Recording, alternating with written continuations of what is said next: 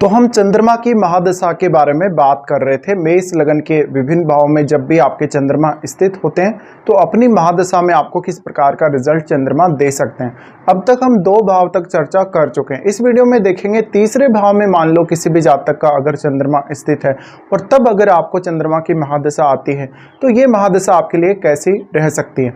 यहाँ मिथुन राशि में चंद्रमा होंगे। अब 3rd हाउस जो है वो आपके सेल्फ एफर्ट का है, आपके खुद के प्रयासों का है और कहीं ना कहीं आपकी जो हॉबीज हैं, आपकी जो रुचियां हैं वो भी इस हाउस से जुड़ी हुई हैं। तो मुख्य रूप से चंद्रमा जब इस हाउस में स्थित हैं, ऐसे चंद्रमा की दशा के दौरान आप ज़्यादातर अपनी जो पसंद की चीज़ें हैं या पसंद के जो कार्य हैं उनको प्रायोरिटी देते हुए नज़र आ सकते हैं और आपकी क्रिएटिविटी, आपकी इमेजिनेशन बहुत ही कमाल की हो सकती है क्योंकि चंद्रमा क्रिएटिविटी और इमेजिनेशन को दर्शाते हैं। ऐसा चंद्रमा आपको काफ़ी सारे ट्रेवल देगा, काफ़ी सारी छोटी यात्राएं और लंबी दूरी की यात्राएं भी देगा।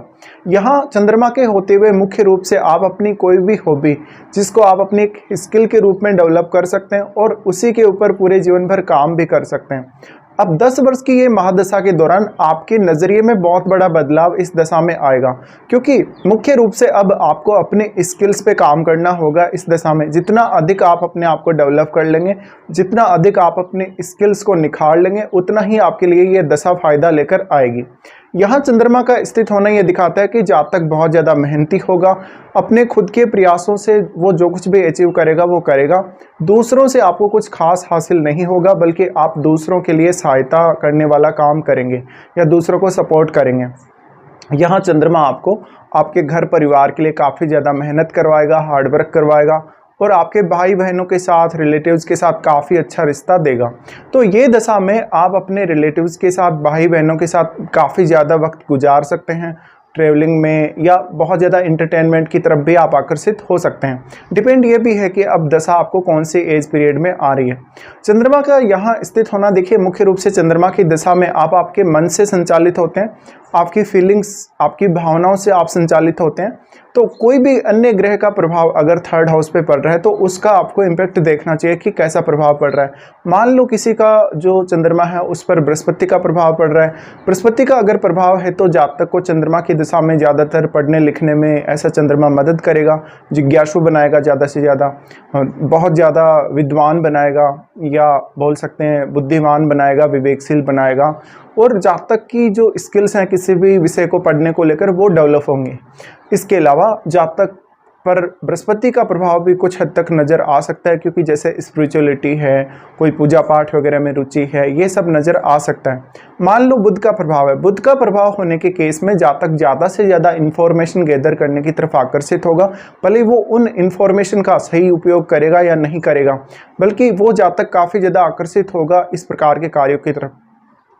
अगर मान लो चंद्रमा पर सूर्य का प्रभाव है तो ऐसे में जातक में स्किल्स बहुत सारी होंगी और अपने स्किल्स पे ज़्यादा से ज़्यादा वो जातक ध्यान दे सकेगा, अपने स्किल्स को बहुत तेज़ी से डेवलप कर सकेगा।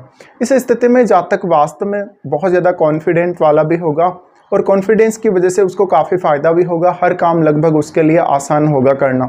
तो यहाँ अलग अलग ग्रह का प्रभाव अलग अलग प्रकार के परिणाम लाएगा क्योंकि आपको ऑलरेडी पता है कि चंद्रमा पर किसी भी अन्य ग्रह का अगर प्रभाव पड़ जाए या चंद्रमा के साथ कोई भी अन्य ग्रह दृष्टि संबंध भी अगर बना ले तो चंद्रमा के रिजल्ट उसी ग्रह के अनुरूप हो सकते हैं या थोड़े बहुत चेंज हो सकते हैं।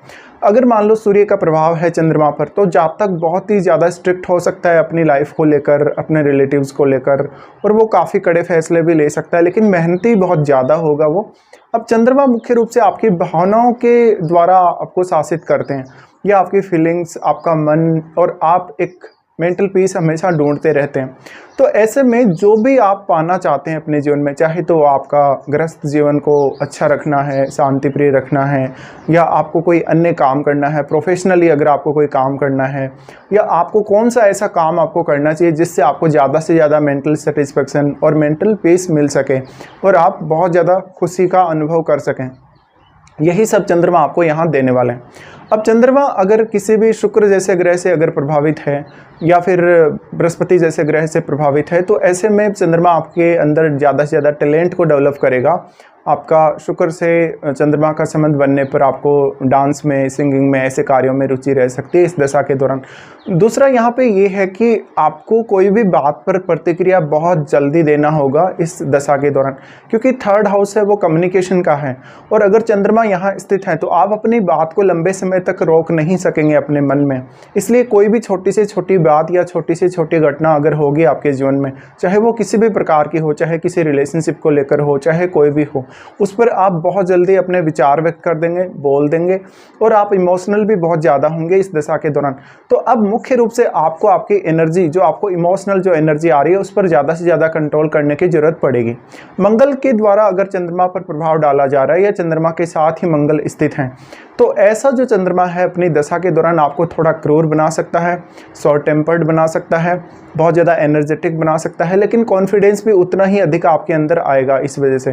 पर आप अपनी एनर्जी का सही इस्तेमाल नहीं कर सकेंगे, कभी कभी बहुत ज़्यादा गलत इस्तेमाल करेंगे और आपके बहुत सारे काम रुकेंगे भी, या बहुत सारे कामों में आपको डिससेटिस्फेक्शन आएगा, क्योंकि आप हर काम का लगभग डिसीजन गलत तरीके से लेंगे। तो यहाँ किसी भी प्रकार की अब आपको जल्दबाजी नहीं करनी चाहिए इस दशा में, बल्कि आपको मेंटल पीस प्राप्त करना चाहिए, आपको मेंटल स्टेबिलिटी भी आपको प्राप्त करनी चाहिए, तभी जाकर आप किसी भी काम को बहुत अच्छे से कर पाएंगे।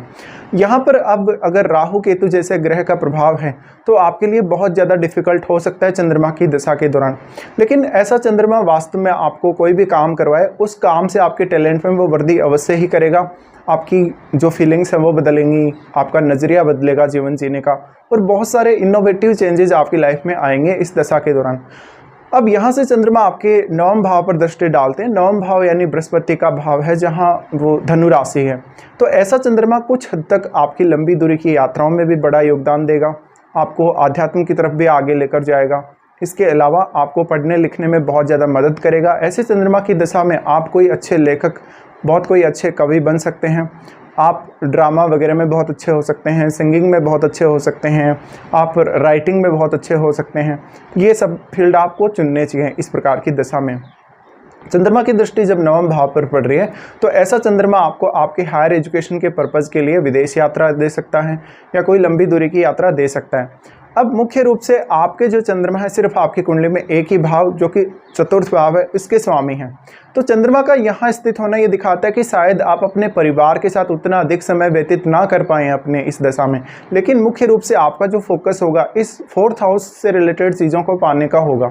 तो इस दशा में आपको खुद के प्रयासों के द्वारा, खुद की क्रिएटिविटी के द्वारा या खुद की किसी भी स्किल के द्वारा कोई ऐसा काम करेंगे जिससे आपको ज़्यादा से ज़्यादा धन संपत्ति हासिल होगी और अपने भौतिक सुख में आप वृद्धि कर सकेंगे, ज़्यादा से ज़्यादा मेंटल पीस प्राप्त कर सकेंगे और खुशी का अनुभव कर सकेंगे। इस दशा के दौरान आपको अपने परिवारजनों से बेहतरीन सपोर्ट मिलेगा, आपकी हर कोई तारीफ करेगा। अब चंद्रमा की जो महादशा है मुख्य रूप से उसमें आप दूसरों के लिए भी उतना ही ज़्यादा सपोर्टिव साबित होंगे, दूसरों के दुख दर्द को समझने वाले होंगे, उनकी पीड़ा को समझने वाले होंगे और उसी के अनुरूप उनका साथ आप देने वाले होंगे। तो ऐसे में इस दशा के दौरान आप किसी को भी ना नहीं कह सकेंगे और आपका व्यवहार काफ़ी ज़्यादा अच्छा होगा। अगर किसी दूसरे ग्रह का प्रभाव जैसे कि सूर्य का प्रभाव, मंगल का प्रभाव अगर चंद्रमा पर है तो हो सकता है आपका जो नेचर है थोड़ा बिगड़ा हुआ भी हो सकता है या बहुत ज़्यादा गुस्सैल भी हो सकता है। अब मान लो चंद्रमा की महादशा किसी जातक को लगभग बहुत अर्ली एज में आ जाती है, जैसे कि 5 साल से लेकर 15 साल की आयु तक, तो ऐसा चंद्रमा आपको स्टडीज़ में बहुत ज़्यादा मदद करेगा, बहुत ज़्यादा कल्चरल एक्टिविटीज़ या स्टडी के अलावा भी बहुत सारे अलग अलग जो एक्टिविटीज़ हैं उनमें आगे बढ़ने के लिए मदद करेगा। थोड़ा कंसंट्रेशन ज़रूर आपका प्रभावित हो सकता है चंद्रमा की इस दशा में, क्योंकि ऐसा चंद्रमा आपको बहुत ही ज़्यादा इनोवेटिव बनाएगा, बहुत ही ज़्यादा चंचल भी बनाएगा। लेकिन कहीं ना कहीं आप अपने आसपास, अपने पड़ोसियों के आसपास, भाई बहनों के आसपास हमेशा एक खुशी ढूंढते रहेंगे इस दशा के दौरान। तो शुरुआत में आपका बचपन बहुत ही अच्छे से बीतेगा इस दशा के दौरान अगर ये अर्ली एज में आती है। और अर्ली एज में आपको आपके परिवार के द्वारा किस प्रकार का एनवायरनमेंट मिला है, किस प्रकार का माहौल मिला है, पढ़ने लिखने के लिए आपको बहुत ज़्यादा डिप्रेशन में, एंग्जाइटी में रखा गया है, बहुत ज़्यादा बाउंडेशन में रखा गया है, कहीं ना कहीं इसका प्रभाव आपके लाइफ में बहुत आगे तक रहेगा। तो आपको एक अच्छा माहौल चाहिए। अब छोटी एज में अगर ये दशा आती है तो बहुत ही ज़्यादा ऐसा माहौल जहाँ पे आप स्ट्रेसफुल फील बिल्कुल ना करें, आपकी हर कोई केयर करे, हर कोई आपको समय दे और स्पेशली सोशलाइजेशन बहुत ज़्यादा देखने को मिले आपको अगर शुरुआती एज में, तो आपके लिए आगे जाकर जो परिस्थितियाँ आपके जीवन में बनेंगी उसका फ़ायदा आप उठा सकेंगे। अब मान लो किसी जातक को ऐसी दशा लगभग 25 की एज या 30 की एज के आसपास अगर आती है, तो ये समय आपके लिए ज़्यादा से ज़्यादा मेहनत करने का रहेगा, स्ट्रगल करने का रहेगा, ज़्यादा से ज़्यादा इनोवेटिव होने का रहेगा, कम्युनिकेशन बहुत ज़बरदस्त होगा आपका। तो आप अपनी स्किल्स को बेहतरीन तरीके से अपने कार्य क्षेत्र में काम में ले सकेंगे। तो ये एक आपके लिए बहुत बेहतरीन पॉसिबिलिटी रहेगी अब कि आप किस प्रकार का काम कर रहे हैं, जिस भी प्रकार का आप काम कर रहे हैं उसमें आप अपनी एबिलिटी का लाभ ले सकते हैं, अपनी स्किल्स को और ज़्यादा इम्प्रूव भी कर सकते हैं। ये चंद्रमा आपको इस समय आपके प्रोफेशनल कैरियर के लिए या किसी भी अन्य काम के लिए ज़्यादा से ज़्यादा ट्रेवल दे सकता है। अब मान लो किसी को भी ये दशा 45 की एज या लगभग 50 की एज में आती है, तो ये समय आपके लिए लंबी दूरी की यात्राओं का हो सकता है, ज़्यादा से ज़्यादा आध्यात्मिक यात्राओं का हो सकता है, या फिर आप बहुत ही ज़्यादा इमोशनल भी होंगे लेकिन कहीं ना कहीं ज़्यादा अच्छे से डिसीजन ले सकेंगे लेटर एज में भी। पर आप अपने घर के साथ बहुत ज़्यादा अटैच रहेंगे, जो 4th हाउस से रिलेटेड काम हैं उन पर आप ज़्यादा फोकस कर सकेंगे लेट एज में। पर आपके डिसीजन कहीं ना कहीं छोटी आयु की तुलना में ज़्यादा बेहतर होंगे बड़ी आयु में। तो ये प्रभाव रहेगा। अब आपको ये देखना है कि आपके 3rd हाउस में कोई भी ग्रह चंद्रमा के साथ है या नहीं है, 9th हाउस में कोई भी अन्य ग्रह आपका बैठा हुआ है या नहीं है, यानी जिन जिन ग्रहों का प्रभाव चंद्रमा पर है, चाहे युति हो चाहे दृष्टि संबंध हो, ये सब आपको चेक कर लेना चाहिए।